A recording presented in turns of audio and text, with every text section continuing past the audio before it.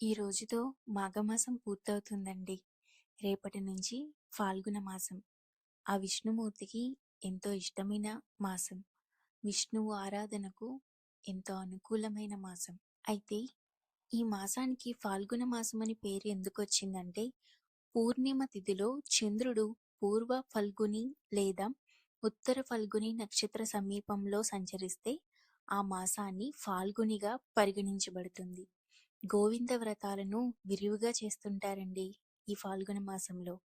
అందులోనూ పయోవ్రతం మరింత విశిష్టమైనది. అంతేకాకుండా మన తెలుగు మాసాలలో చిట్ట చివరిది ఫాల్గుణం. ఈ మాసంలో ప్రతిరోజు ఒక విశిష్టమైనదేనండి. మనం ఏ రోజు విశిష్టతను ఆ రోజు ముందుగానే తెలుసుకుంటూ ఉందాం. ఎన్నో మహత్తరమైన రోజులు కలిగిన మాసం ఇది.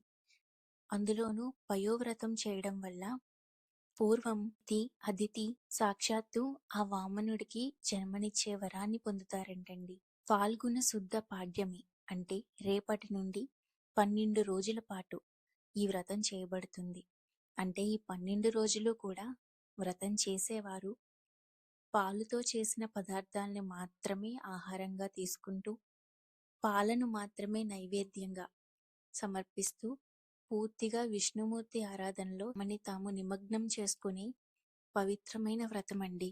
కుదిరితే ఈ వ్రతంలో రోజు విష్ణుమూర్తిని ఆరాధించి ఆయనకు క్షీరాన్నం సమర్పించండి నైవేద్యంగా. పయస్సు అంటే పాలు అని అర్థం. ఆ పాలతో చేసే నైవేద్యాన్ని మనం రోజు సమర్పిస్తుంటాం కాబట్టి ఈ వ్రతానికి పయోవ్రతం అని పేరు. మనం విజయ ఏకాదశి షార్ట్ లో చెప్పుకున్నట్టు శ్రీరాముడు ఈ నెలలోనే లంకకు ప్రయాణమయ్యి యుద్ధం చేసి సీతాదేవిని తిరిగి తెచ్చుకుంటారంటండి.